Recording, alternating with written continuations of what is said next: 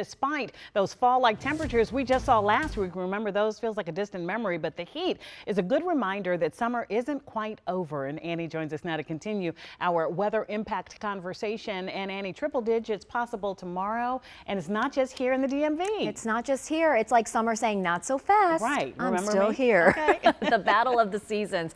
But you're right, Allison. Over 56 million Americans are being urged to remain cautious this week as high temperatures and extreme heat builds across the country. In some cases, schools have even closed or they're dismissing early just as the school year is starting. Not the way you want to start off the school year, but we can't control the weather. The first couple of days of school in Detroit, Michigan, they were cut short this week due to what the district claims is, quote, inadequate cooling and the soaring temperatures.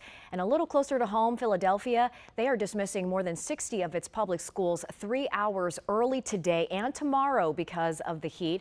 Locally, so far, we haven't had any schools call for early dismissals, but of course that could change. While most of our local schools have central air or at least air conditioning window units, there are some who do not have AC or the units are still broken. In fact, we did a search of open work orders in DC public schools on your screen right now. This is the work order. It appears there are over 500 open work orders for cooling problems across the city. Some of those problems date back to 2023. So as you get your kids ready for school this morning, make sure they're dressed appropriately for this heat. Be sure to have those water bottles handy, and that is so critical.